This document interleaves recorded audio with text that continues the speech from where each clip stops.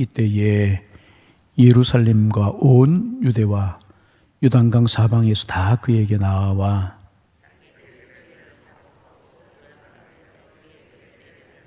요한이 많은 바리새인들과 사두개인들이 세례 베푸는 대로 오는 것을 보고 이르되 독사의 자식들아 누가 너희를 가르쳐 임박한 진노를 피하라 하더냐. 속으로 아브라함이 우리 조상이라고 생각하지 말라. 내가 너에게 이르노니 하나님이 능히 이 돌들로도 아브라함의 자손이 되게 하시리라.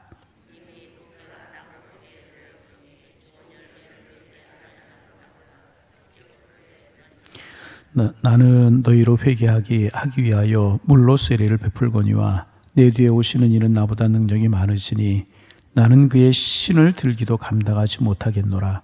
그는 성령과 불로 너희에게 세례를 베푸실 것이요.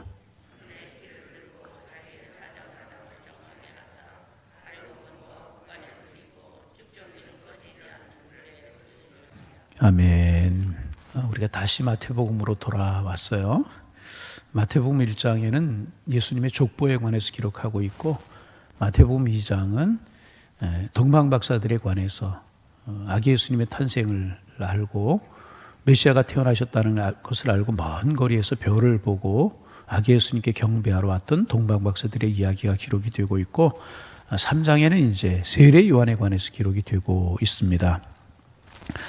우리가 지난 시간까지 세례 요한에 관해서 이제 서론적인 이야기를 나누었는데요. 세례 요한은 예수님보다 6개월 먼저 태어났고 세례 요한의 사명은 주의 길을 예비하는 것이라고 하는 말씀을 우리가 나누었고 그가 처음으로 선포한 말씀은 전한 말씀 회개하라 천국이 가까웠느니라 라는 말씀이라고 우리가 이제 말씀을 나누었습니다. 오늘은 그 다음 말씀입니다. 오늘 본문에는 세례 요한이 그렇게 하나님의 말씀을 선포하자 세례 요한의 설교를 듣고 있는 청중들의 반응을 소개하고 있습니다. 5절 6절 말씀 먼저 같이 한번 읽어보실까요? 읽어봅니다. 이때에 예루살렘과 온 유대와 요단강 사방에서 다 그에게 나와 자기들의 죄를 자복하고 요단강에서 그에게 세례를 받더니 여러분 세례 요한이 유대 광야에서 하나님의 말씀을 선포했다고 그렇게 기록하고 있는데 유대의 그 광야는 모이기가 편한 장소가 결코 아닙니다. 먼지가 펄펄 날리고요.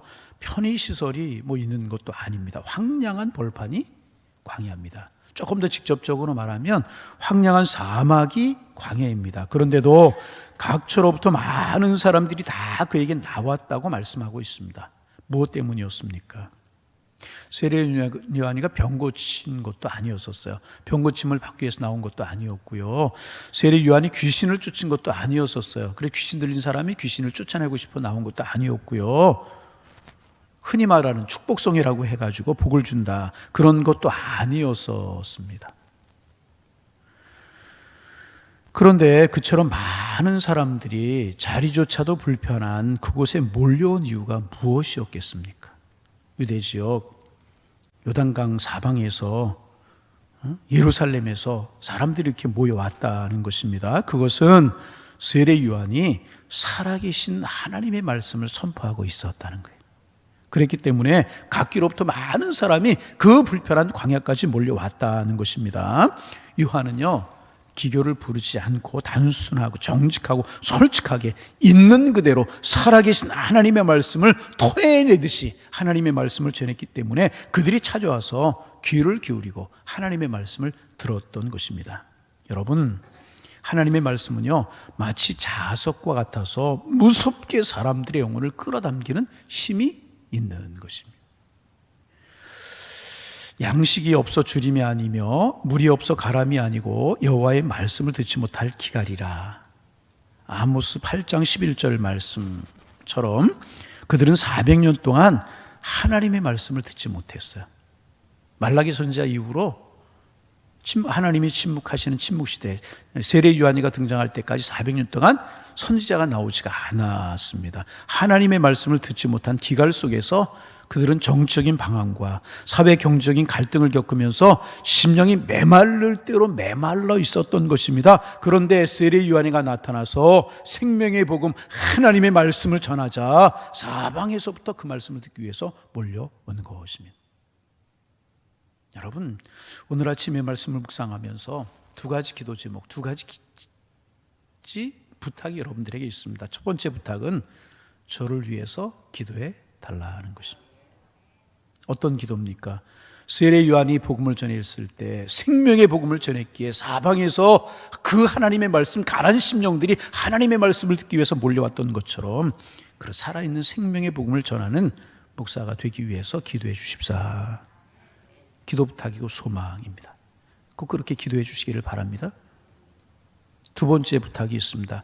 세례 요한이 전하는 말씀이 생명의 말씀이라고 하는 것을 알고 사방에서 예루살렘에서 유다에서 요단강 각지에서 사람들이 몰려와서 하나님의 말씀을 들어왔던 것처럼 하나님의 말씀을 찾아왔던 것처럼 말씀을 사모하는 영적인 은혜를 갈망하는 우리 양을교회 성도님들 여러분들 되도록 기도해 주시길 바랍니다. 그래서 세례 요한이가 생명의 복음을 전하자 사람들이 찾아오기 힘든 광야로 몰라와서 말씀을 들었던 것처럼 은혜를 사모하는 심령이 되기 위해서 힘써 주시고 그런 마음밭이 되기 위해서 여러분 기도해 주시기를 바랍니다. 살아계신 하나님의 말씀이 선포되는 곳이라고 하면, 하나님의 말씀이 전해지는 곳이라고 하면 그 어디라도 욕심을 내고 달려가고 사모할 수 있고 듣고 그래야 되는 것입니다. 여러분, 요즘 우리가 이렇게 많이 모여서 예배를 잘 못 드리고 영상 예배, 영상 성경보, 영상 구역 예배 이렇게 하잖아요. 마음이 참 편치 않고 많이 불편해요. 속기 풀려서 영적인 교류가 있는 그런 예배를 드려야 되는데 마음이 참 불편하고 그래요. 또 한편으로는 감사한 소식들도 가끔 들려오는 게 뭐냐 하면 우리 교회에 이제 집사님이 계시는데 집사님 부모님이 파라과이에 계신데요. 한번 말씀드렸나요? 파라과이는 지구 완전히 반대편이에요. 이 지구를 이렇게 우리나라에서 이렇게 뚫고 내려가면 그 반대편에 있는 나라들이 브라질, 파라과이 뭐 그런 나라들인데 거기 그 시어머니께서 매일같이 우리 교회 홈페이지에 들어오셔서 우리 교회 새벽 예배를 듣고 예배 시간마다 설교를 들으신대요. 그리고 우리 집사님에게 은혜 받았다고 소식을 전하고 그러신대요.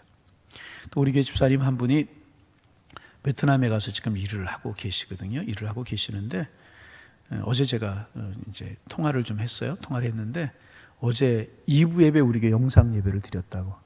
그리고 11시 예배에는 그 베트남에 있는 교회 가서 예배를 드렸다고. 그리고 성역 공부도 참석을 영상으로 하시겠다고. 베트남에서 영상으로. 또 그런 것들은 또 장점이라고 그렇게 이야기를 할 수가 있어요. 여러분, 하나님의 말씀에 관한 욕심이 있어야 되는 것입니다. 생명의 복음이 전해질 때 복음이 전해지만 찾아나와서 듣지 않으면 그 생명의 복음이 나에게 유익이 되지 않고 나에게 축복이 되지 않잖아요. 그런데 예루살렘, 유다 각지, 요단강에 있던 사람들이 다 세례 요한에게 몰려와서 생명의 복음을 들었다는 거예요. 이것이 우리의 심령이고 이것이 우리의 갈급한 마음이 되기를 소망합니다. 심령이 살아나고 심령의 말씀으로 부응하고 심령이 은혜가 되는 그런 축복이 우리 교회 가운데 있어지기를 소망합니다. 두 번째 세례 요한의 설교를 듣고 난 청중들의 반응을 소개하고 있습니다. 6절 말씀 다시 한번 읽습니다. 자기들의 죄를 자복하고 요단강에서 그에게 세례를 받더니, 그렇게 각지에서 몰려왔어요. 그래서 세례 요한의 설교를 들었어요. 그랬더니 어떻게 했나? 그들이 자기들의 죄를 자복하고 세례를 받았다. 그렇게 기록하고 있습니다. 여러분, 하나님의 말씀을, 하나님의 음성을 제대로 들으면 먼저 죄가 드러나게 되어 있어요. 죄는 하나님이 가장 싫어하시는 거예요. 로마서 6장 23절에 죄의 삭은 사망이라고 말씀하셨습니다. 어둠 속에 묻혀있는 죄, 다른 사람이 알 수 없고 본인 자신도 꺼내기 싫은 그런 죄들이 우리 속에 내재해 있습니다. 그런데 하나님의 말씀이 임하면, 하나님의 말씀이 심령을 비치면, 하나님의 말씀이 그 마음에 도전을 주면 죄들은 스스로 껍질을 깨고 나올 수밖에 없는 것입니다. 말씀 앞에 죄는 여지없이 폭로되고요, 노출이 되어서 마치 물이 터져 나올 수밖에 없는 것입니다. 그리고 이 죄는 자신도 모르게 그 입술을 통해서 고백되기 시작을 하는 것입니다. 진정한 영적인 부흥은요, 바로 이러한 죄의 고백에서부터 시작이 되게 되는 것입니다. 세례 요한의 설교를 들은 청중들은요, 너나 할 것 없이 빈부귀천을 막론하고 속에 있었던 죄들이 다 드러나기 시작을 했어요. 그래서 자신들의 죄를 자복하기 시작을 했습니다. 그래서 여러분, 죄를 고백하는 사람들에게 축복이 주어지는데 그 축복이 무엇인가? 죄의 씻음을 받는 축복이 주어지게 되는 것입니다. 여러분, 상처는 노출이 돼야 치료받게 되어 있습니다. 환자가 아픈 증상을 감추면 치료받을 수가 없는 것입니다. 이 말은 그 죄 때문에 고민하고 방어하고 몸부림치는 것은 치료받을 가능성이 있다는 것입니다. 죄를 짓고도 무감각한 것이 문제입니다. 여러분, 나병이라고 하는 병이 있죠. 문둥병이라고도 이야기하고 한센시병이라고도 이야기를 이제 합니다. 무감각하다는 거예요. 그 병에 걸리면 코가 떨어져 나가고 손가락이 떨어져 나가고 눈이 튀어나오고 그래도 아프지가 않다. 여러분, 제일 무서운 것이 무엇인가? 죄에 대한 무감각함입니다. 죄가 노출되면 씻어지게 되는 것입니다. 씻어지게 되는 것입니다. 그리고 이것이 세례인 것이. 왜 세례를 물러주는 것입니까? 죄를 씻김 받는다. 어떤 사람이 세례를 받습니까? 나는 죄인입니다. 그리스도의 은혜로 씻김 받기를 원합니다. 이런 사람들이 세례를 받는 것입니다. 세례 요한을 통하여서 하나님의 말씀을 듣는 사람들은요, 자신들의 죄를 회개하고 세례를 받았다는. 여러분, 그래서 여러분, 우리 교회 예배 시간에 보면 참회 기도라고 하는 것이 있잖아요. 한 주간 동안 세상을 나가 살다가 더러워진 우리의 심령, 하나님의 말씀 듣고 하나님께 나아가기 전에 깨끗이 씻김 받자. 그런 의미로 참회 기도 우리가 드리고 있는 것입니다. 우리 교회 신앙생활 하다가 분당으로 이사 가신 집사님이 한 분 계시는데 벌써 10여 년 된 것 같아요. 근데 얼마 전에 한 달 됐네 전화가 왔어요. 목사님 잘 계십니까? 있다고. 집사님 잘 계십니까?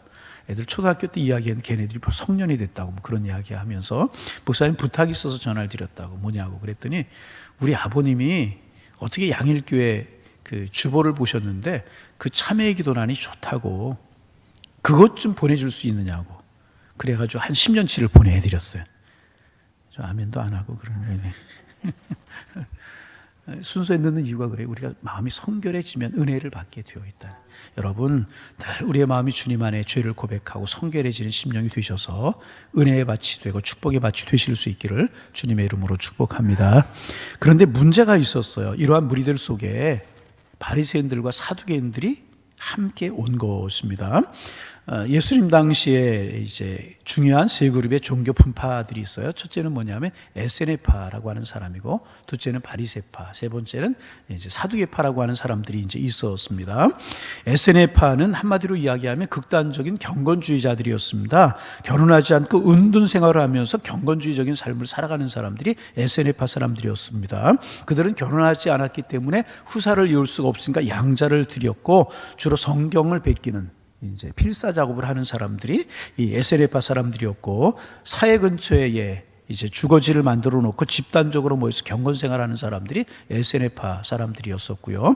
두 번째 그룹은 바리새파 사람들인데, 우리는 바리새파 사람들 잘 알잖아요.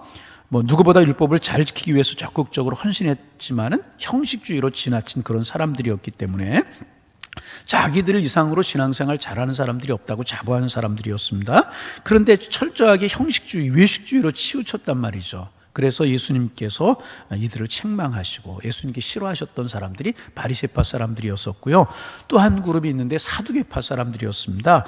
이들은 다윗과 솔로몬 시대에 사독이라고 하는 제사장이 있었는데 그 사람의 후예라고 말하면서, 자신들이 특별히 제사장의 후예라고 말하면서 정치적인 권력도 가지고 있었던, 여러분 이제 역사적으로 전통적으로 이 재정이 분류가 돼야 돼요. 종교와 정치가 분류가 돼야지 종교와 정치가 하나 돼서 두 가지 권력을 다 가지면은 그 신이 되고 그래요. 분리가 돼야 되는데 제사장 그룹이라고 말하면서도 정치 권력을 가지고 있었던 사람들이 사두개파 사람들입니다. 이들은 종교적이면서도 정치적으로 타협을 하는 실리적인 그룹이었습니다. 이들은 모세 오경만 믿고 부활도 믿지 않고 천국도 믿지 않았던 사람들이 사두개파 사람들이었습니다. 예수님은 이 사람들 역시 비판하시고 이제 그랬어요. 이 두 그룹은 서로 양극성을 가지고 있었습니다. 한쪽은 종교적인 철저한 의식주의자들, 형식주의자들이었고, 또 한쪽은 예수님을 믿으면서도 정치적으로 자유를 누리려고 했던 자유주의자들이라고 이야기를 할 수가 있습니다. 그런데 이들은 상당히 사회적으로 힘을 가지고 있는 그러한 사람들이었습니다. 그러면 여러분, 이런 지도력이 있고 영향력이 있는 사람들이 왜 아무런 힘도 없고 볼품도 없는 세례 요한에게 찾아온 것일까 하는 것입니다. 어떤 사람들은 와주니 얼마나 고마우냐고. 여러분, 교회에 와주는 사람이 있대요. 다시 어떤 사람이 있다고요? 교회에 와주는 사람이 있답니다. 그런데 여러분, 세례 요한은 그들이 와주는 것 고마워하지 않았어요. 그래서 그들에게 독사의 자식들아. 여러분, 독사의 자식들아라고 하는 표현을 쓴 것은 점사하는 표현이지 직접적인 표현을 쓴 뭐예요? 독사의? 하여튼 그렇게. 그렇단 말이죠. 여러분, 어떤 사람들은 교회에 와주고요, 어떤 사람들은 교회에 와서 헌금을 하는데 어려운 사람 도와주는 동량을 하듯이 헌금을 하는 사람들이 있답니다. 여러분, 하나님은 거지가 아니십니다. 구제받아야 될 대상이 아니라는 것입니다. 하나님이 사람이 없어서 우리 보고 여기 앉아 있으라고 말씀하시는 것이 아니라는 것입니다. 와주는 것을 하나님은 원하시지 아니하십니다. 여러분, 세례 요한을 찾아온 사두개인과 바리새인들은요, 겸손하게 하나님의 말씀을 듣고 심령이 새로워지고 싶어서 회개하고 하나님의 말씀을 듣고 은혜 받고 싶어서 온 것이 아니었다는 것입니다. 그들이 여기에 온 목적은 다른 목적을 가지고 왔습니다. 하나님의 나라는 다른 목적을 가지고 온 사람들을 필요로 하지 않는다는 것.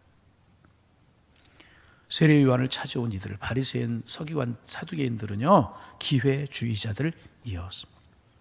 400년 동안 선자가 나오지 않다가 세례 요한이 나타나서 살아계신 하나님의 말씀을 증거했더니 사람들이 구름대처럼 세례 요한에게 몰려 나오는 것입니다. 세례 요한이가 회자가 되고 세례 요한이 인기가 높아가고, 그러니까 여론에 밀려서 하나님을 찾아 나온 사람들이 이 사람들입니다. 세례 요한이 정말 하나님의 사자인지 아닌지 구경하러 나온 사람들이 바로 이 사람들이었다는 것입니다. 여러분, 오늘날에도 교회에 이런 태도로 나오는 사람들이 있다는 것입니다. 교회를 이용하기 위해서 오는 사람들이 있습니다. 교회를 표밭으로 생각하고 오는 정치인들이 있고요, 장사하기 위해서 오는 사업가들이 있고요, 좋은 교육의 기회나 교육 단체로 생각하고 오는 사람들이 있는데, 이들은 거듭나서 새 사람 되는데 관심이 없고요, 자기 목적 달성에만 관심 있는 사람들이 혹 있을 수 있다는 것입니다. 그 목적 이루고 나면 떠나요. 그 목적 이루지 못하면 교회 떠나요. 신앙인 아님. 그래서 세례 요한은 그들을 가리켜 독사의 자식들아, 누가 너희를 가리켜 임박한 진노를 피하라 하더냐, 무서운 말씀을 선포했던 것입니다. 세례 요한은 바리새인들의 종교적인 위선, 사두개인들의 정치적인 교활한 본성을 꿰뚫어 보고 있었던 것입니다. 그래서 여러분, 교회는요, 항상 두 그룹을 조심해야 돼요.